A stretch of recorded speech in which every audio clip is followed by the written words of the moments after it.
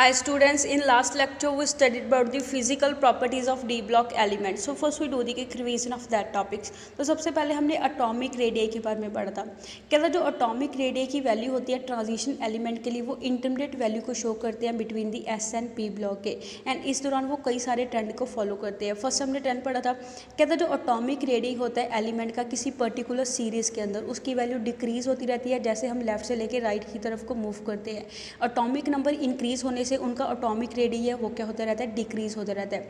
But कहता है जो एटॉमिक रेडियस में डिक्रीज आता है उसकी वैल्यू स्मॉल होती रहती है मिडवे के बाद। कहता है जैसे हमने एग्जांपल ली थी कि स्कैंडियम वाली सीरीज़ है जो फर्स्ट ट्रांजिशन सीरीज है, उसमें क्या होता है मैग्नीज के बाद ये जो एटॉमिक रेडियस में डिक्रीज आता है उसकी वैल्यू क्या होती रहती है, स्मॉल डिक्रीज वैल्यू हमें शो होती है। इसको हमने डिटेल में डिस्कस करा था। नेक्स्ट हमने सेकंड ट्रेंड के बारे में पढ़ा था। कहता जो हर एक ट्रांजिशन सीरीज है दैट इज़ हर एक पीरियड के जो एंड वाला एलिमेंट है उसमें क्या होता है स्लाइट इंक्रीज आ जाता है एटॉमिक रेडियस में। वो किस वजह से होता है, बिकॉज एंड वाले एलिमेंट तक जाते जो डी ऑर्बिटल है वो क्या हो जाता है, फुली फिल्ड हो जाता है, उसमें 10 इलेक्ट्रॉन पूरे हो जाते हैं। एज वेल उसमें इलेक्ट्रॉन की पेयरिंग होने के कारण इलेक्ट्रॉन इलेक्ट्रॉन के बीच में रिपल्शन होने लगती है, तो उसका साइज़ है वो क्या हो जाएगा, इंक्रीज हो जाएगा। थर्ड ट्रेंड हमने पढ़ा था, कहता जो एटॉमिक रेडियस है उसकी वैल्यू इंक्रीज होती रहती है जैसे हम डाउन द ग्रुप मूव करते हैं, because down the group move करने से क्या होता है एक एनर्जी शेल एडअप हो जाता है, एज वेल उसका साइज इंक्रीज होता रहेगा। बट कहता है यहाँ पे जो सेकंड है थर्ड ट्रांजिशन सीरीज है उसके बीच में जो एटॉमिक रेडियस है ज़्यादा गैप नहीं आता, उसकी वैल्यू ऑलमोस्ट क्या होती है, सेम वैल्यू होती है। वो किस वजह से होती है, लेंथेनॉइड कॉन्ट्रैक्शन के कारण होती है। इसको भी हमने डिटेल में डिस्कस करा था। नेक्स्ट हमने पढ़ा था आयनिक रेडियस के बारे में। कहता जो आयनिक रेडियस है वो सेम ट्रेंड को फॉलो करता है एटॉमिक रेडियस के जैसे। सिर्फ कहता है जो मेटल्स है वो क्या करते हैं एक से ज़्यादा ऑक्सीडेशन स्टेट को शो करते हैं, जिसके कारण कहता है जो डिफरेंट ऑक्सीडेशन स्टेट के अंदर जो रेडियस होते हैं आयंस का उसकी वैल्यू भी क्या होती है, डिफरेंट वैल्यू होती है। नेक्स्ट हमने थर्ड प्रॉपर्टी पढ़ी थी metallic character and enthalpy of atomisation. कहता है जो सभी ट्रांजिशन एलिमेंट है वो क्या होते हैं, मेटल होते हैं, वो सभी मेटल वाली प्रॉपर्टी को शो करते हैं, एंड ये अलग अलग लैटिस के अंदर एग्जिस्ट करते हैं जिसको हमने टेबल नंबर 4 में पढ़ा था। कहता है जो सभी लैटिस स्ट्रक्चर हैं ट्रांजिशन मेटल के हमें यहाँ पे टेबल में मेंशन करे गए हैं। Next now we come to today's topic that is, आज हम इसकी एक्सप्लेनेशन के बारे में पढ़ेंगे कि ऐसा क्यों होता है। कहता है जो मेटालिक करैक्टर है ट्रांजिशन एलिमेंट का वो किस वजह से होता है, बिकॉज उनकी क्या होती है, लो आइनेशन इंथैल्पी होती है। उनके आउटरमोस्ट शेल से इलेक्ट्रॉन को रिमूव करने के लिए कम एनर्जी लगती है। उनकी लो आइनेशन इंथैल्पी होने के कारण वो मेटालिक करैक्टर को शो करते हैं। ऑल्सो उसमें क्या होते हैं, खाली ऑर्बिटल प्रेजेंट होते हैं उनके आउटरमोस्ट शेल के अंदर। खाली ऑर्बिटल प्रेजेंट होने के कारण भी वो क्या करेंगे, मेटालिक करैक्टर को शो करेंगे। कहता है जो हार्डनेस होती है इन मेटल की वो हमें क्या चीज़ सजेस्ट करती है कि इनके बीच में स्ट्रॉन्ग फोर्सेस प्रेजेंट होती है, स्ट्रॉन्ग बॉन्डिंग प्रेजेंट होती है। वो किस वजह से प्रेजेंट होगी, बिकॉज इसमें अनपेयर्ड इलेक्ट्रॉन प्रेजेंट होते हैं। अनपेयर्ड इलेक्ट्रॉन प्रेजेंट होने के कारण ये डिफरेंट एटम के साथ क्या करते हैं, मेटल मेटल की बॉन्डिंग करके इलेक्ट्रॉन की शेयरिंग कर लेंगे। एज एट वो स्ट्रॉन्ग बॉन्ड बनता है। स्ट्रॉन्ग बॉन्ड को तोड़ने के लिए ज़्यादा एनर्जी लगती है, तो ये जो मेटल है वो क्या होते हैं, हार्ड मेटल होते हैं। देयरफॉर कहता है ये जो एलिमेंट होते हैं इसमें क्या होती है, हाई इंथैल्पी ऑफ एटमाइजेशन लगती है, जैसे आपको यहाँ पे फिगर नंबर 4 के अंदर शो करा हुआ है। यहाँ पे इस साइड के ऊपर एंथैल्पी ऑफ एटमाइजेशन ली है, दूसरी साइड के ऊपर एटॉमिक नंबर लिया है। ये यहाँ पे जो लाइंस हमें ड्रॉ करी है ये first second and third transition series के लिए लाइन ड्रॉ करी है। कहता है हमारे पास क्या होता है, एंथैल्पी ऑफ एटमाइजेशन की वैल्यू इंक्रीज होती रहती है जैसे जैसे हम डाउन द ग्रुप मूव करते हैं। इन जर्नल कहता है हमारे पास क्या होता है, greater the number of unpaired D electron. जितने ज़्यादा हमारे पास डी ऑर्बिटल के अंदर अनपेयर्ड इलेक्ट्रॉन पड़े होते हैं उतनी ज़्यादा वो क्या करेगा, बॉन्डिंग को शो करेगा, उतने ज़्यादा वो नंबर ऑफ बॉन्ड बनाएगा दूसरे मेटल के साथ। एज एट जितने ज़्यादा बॉन्ड बनेंगे उतनी बॉन्ड की स्ट्रेंथ क्या होती है, ग्रेटर होती है, उतना स्ट्रॉन्गर बॉन्ड होता है। दस कहता जैसे जैसे हम लेफ़्ट से लेके राइट की तरफ को मूव करते हैं किसी पर्टिकुलर डी सीरीज़ के अंदर, उस दौरान जो नंबर ऑफ अनपेयर्ड इलेक्ट्रॉन है वो स्टार्टिंग में क्या होते हैं, इंक्रीज़ होते हैं 1 से लेके 6 तक। उसके बाद कहता है अनपेयर्ड इलेक्ट्रॉन डिक्रीज़ होने शुरू हो जाते हैं। एंड तक जाते जाते जो अनपेयर्ड इलेक्ट्रॉन है सीरीज़ के वो क्या हो जाएंगे, 0 हो जाएंगे। जैसे ग्रुप नंबर 12 के केस में हमें यहाँ पे अनपेयर्ड इलेक्ट्रॉन शो करे गए हैं। दैट इज़ कहता है हमारे पास क्या होता है, जैसे जैसे हम लेफ्ट से लेके राइट की तरफ को मूव करते हैं फर्स्ट हमारे पास number of unpaired electron increase होते हैं, बट उसके बाद क्रोमियम के बाद जो नंबर ऑफ इलेक्ट्रॉन है वो डिक्रीज़ होने शुरू हो जाते हैं। एंड जिंक के अंदर जाके हमारे पास अनपेयर्ड इलेक्ट्रॉन बिल्कुल क्या हो जाते हैं, 0 हो जाते हैं, बिकॉज जिंक के अंदर जो डी ऑर्बिटल है वो फुली फिल्ड हो जाएगा। एज दैट उसमें कोई भी अनपेयर्ड इलेक्ट्रॉन है वो नहीं बचता है। तो कहता है हमारे पास यहाँ पे क्या होता है, क्रोमियम, मॉलिब्डेनम एंड टंगस्टन, इनके अंदर सबसे ज़्यादा number of unpaired electron present होते हैं। सबसे ज़्यादा number of unpaired electron present होने के कारण ये क्या करते हैं, बहुत ज़्यादा हार्ड मेटल होते हैं, बिकॉज जितने ज़्यादा नंबर ऑफ अनपेयर्ड इलेक्ट्रॉन है उतने ज़्यादा ये दूसरे मेटल के साथ बॉन्ड बनाएंगे, उतनी ज़्यादा इनकी क्या होती है, एंथैल्पी ऑफ एटमाइजेशन की वैल्यू होगी। जितने ज़्यादा बॉन्ड बनेंगे उतना स्ट्रॉन्गर बॉन्ड होगा एंड उतनी उसको तोड़ने के लिए ज़्यादा एंथैल्पी ऑफ एटमाइजेशन लगेगी। एज रिजल्ट ये बहुत ज़्यादा क्या होते हैं, हार्ड नेचर के होते हैं। जबकि कहता है जो एलिमेंट होते हैं जिंक, कैडमियम, मरकरी, ये हर एक सीरी का लास्ट वाला एलिमेंट है। जैसे जिंक फर्स्ट ट्रांजिशन सीरी का लास्ट एलिमेंट है, कैडमियम सेकंड ट्रांजिशन सीरी का लास्ट एलिमेंट है एंड मरकरी थर्ड ट्रांजिशन सीरी का लास्ट एलिमेंट है। कहता है इन तक जाके जो डी ऑर्बिटल है वो फुली फिल्ड हो जाता है, डी भी फुली फिल्ड होता है, एस भी फुली फिल्ड होता है, जिसके कारण इसमें कोई भी अनपेयर्ड इलेक्ट्रॉन प्रेजेंट नहीं होता। और कोई भी अनपेयर्ड इलेक्ट्रॉन प्रेजेंट नहीं होगा तो ये दूसरे के साथ बॉन्डिंग को शो नहीं करेंगे। एज ए रिजल्ट ये हार्ड नहीं होते हैं। बट कहता है इनमें क्या होता है, एक या एक से ज़्यादा टिपिकल मेटालिक रिएक्टर को ये शो करते हैं नॉर्मल टेम्परेचर के ऊपर। जैसे कहता है फिगर नंबर 4 से हमें एक चीज़ इंटरेस्टिंग पता चलती है कि जो मेटल्स होते हैं सेकंड सीरी के, दैट इज़ 4D सीरीज़ के एंड थर्ड 5D सीरीज़ के, उसमें ज़्यादा इंथैल्पी ऑफ एटमाइजेशन आती है to their corresponding first transition series. जैसे हमें यहाँ पे फिगर में शो हो रहा है, ये जो रेड वाली लाइन है वो हमें किसको डिनोट करती है, सेकेंड ट्रांजिशन सीरी को डिनोट करती है। यहाँ पे जो डॉटेड लाइन है वो थर्ड ट्रांजिशन सीरी को डिनोट करती है।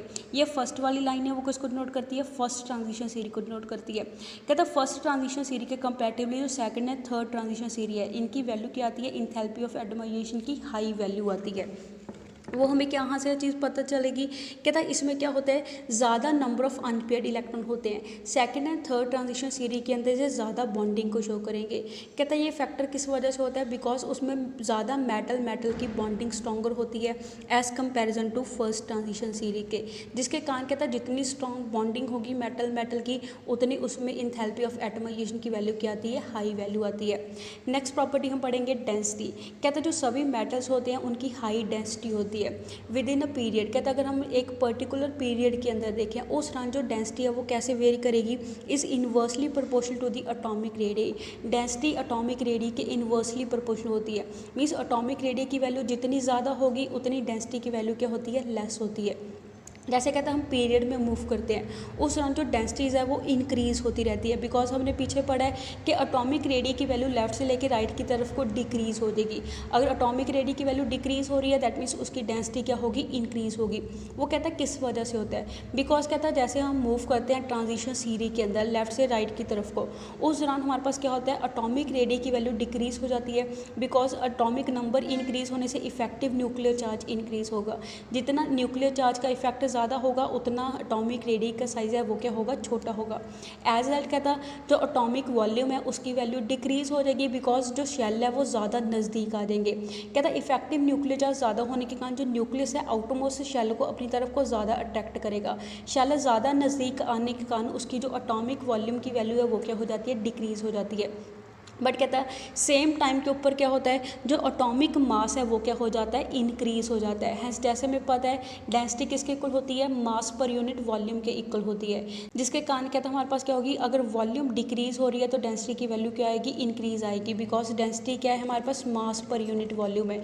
ये दोनों एक दूसरे के इन्वर्सली प्रोपोर्शनल है। अगर वॉल्यूम इंक्रीज़ होगी डेंसिटी डिक्रीज़ होगी, अगर वॉल्यूम डिक्रीज़ होगी डेंसिटी की वैल्यू क्या होगी, इंक्रीज़ होगी। जैसे हमें पता है ट्रांजिशन सीरी के अंदर वॉल्यूम की वैल्यू है लेफ्ट से राइट की तरफ को क्या होती रहती है, डिक्रीज़ होती रहती है।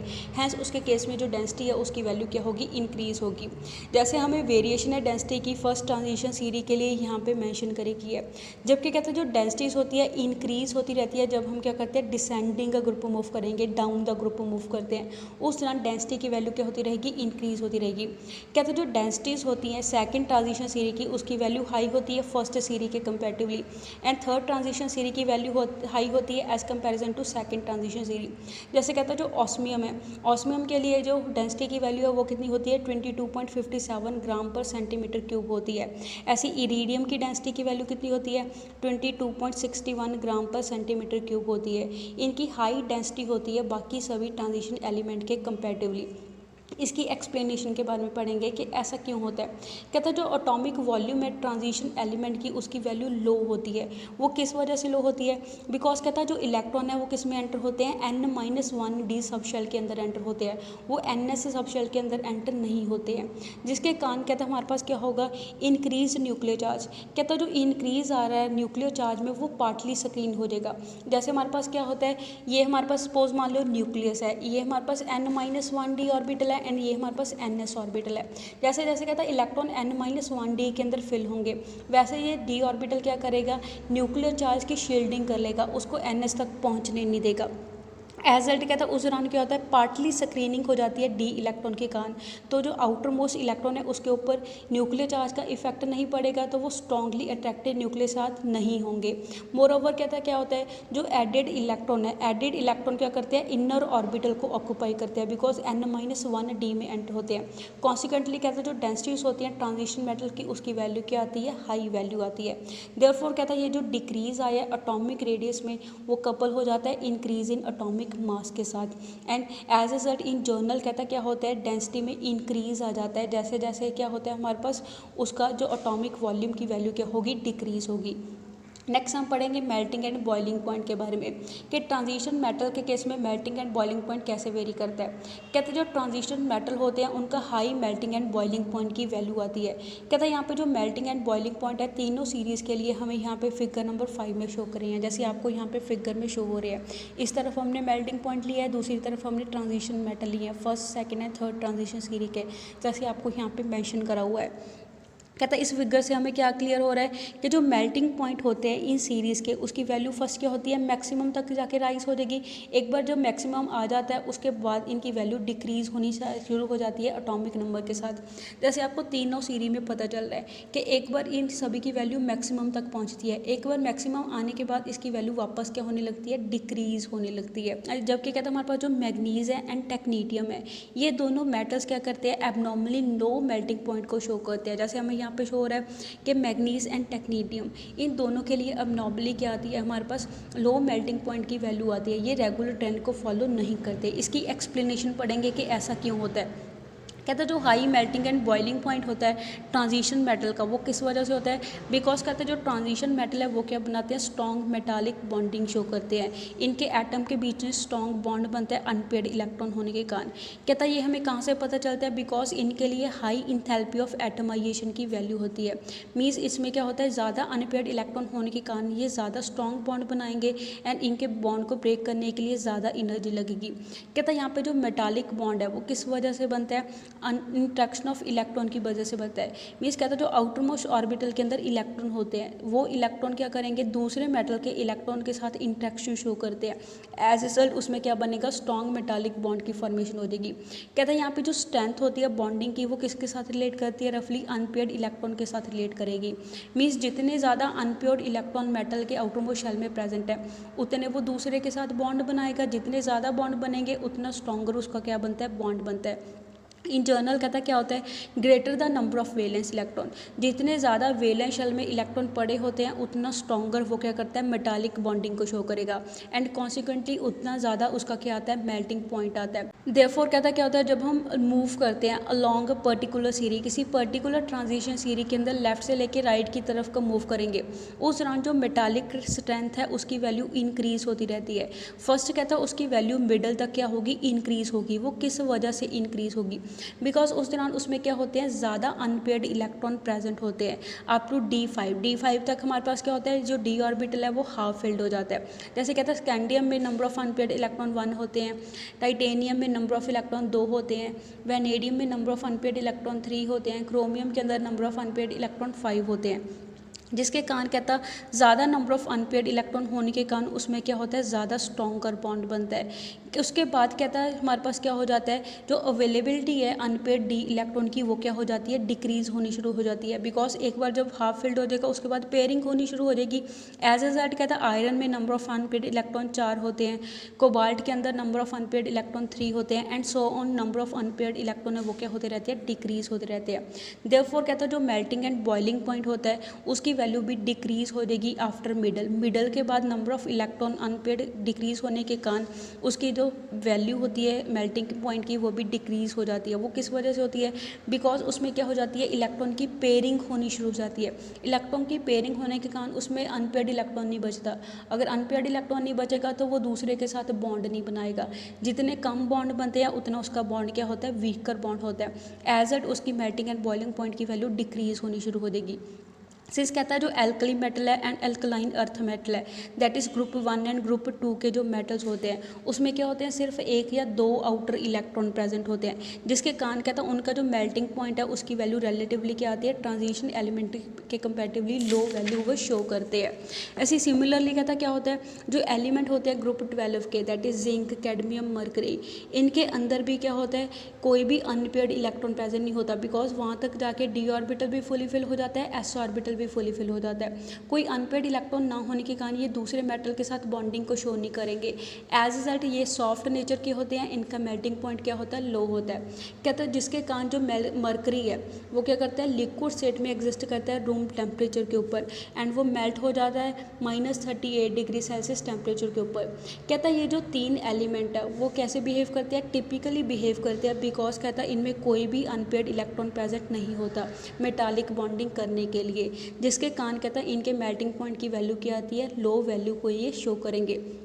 So that's all for today. Stay home, stay safe, thank you.